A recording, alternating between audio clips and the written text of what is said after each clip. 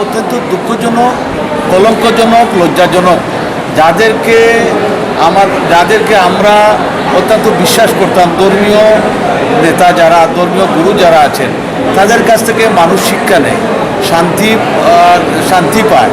কিন্তু আজকে তারা যে কর্মকাণ্ডে জড়িত হচ্ছে অত্যন্ত ঘৃণা লাগে এবং আমরা সমাজে মুখ দেখানো অত্যন্ত কষ্টকর হয়। যেহেতু আমরা রাজনীতিবিদ, আমরা রাজনীতি করতে পারি, আমাদের বিরুদ্ধে কথা বলতে পারে, বিরোধী দল থাকতে পারে, সরকারি দল, এটা স্বাভাবিক, একজন আরেকজনকে আলোচনা সমালোচনা করবে। কিন্তু তারা যে এই যে ন্যাক্কারজনক, একদম কুরুচিপূর্ণ ব্যক্তিরা, এরা যে লিডারশিপে থাকে, এদের কাছ থেকে জাতি কিছু আশা করে না, ধর্মীয়ভাবে কিছু আশা করা যায় না।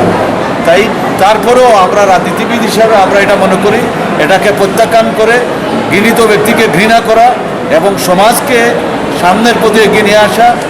আমাদের মাননীয় প্রধানমন্ত্রী শেখ হাসিনা উন্নত বাংলাদেশ গড়ার লক্ষ্যে, উন্নত জাতি গঠনের লক্ষ্যে নতুন প্রজন্মকে সঠিক পথে নিয়ে যাওয়ার জন্য তিনি চেষ্টা করে যাচ্ছেন। আমি মনে করি তার আহ্বানে সাড়া দিয়ে নতুন প্রজন্ম ঐক্যবদ্ধ আছে, জাতি ঐক্যবদ্ধ আছে, আমরা সামনের দিকে এগিয়ে যাব।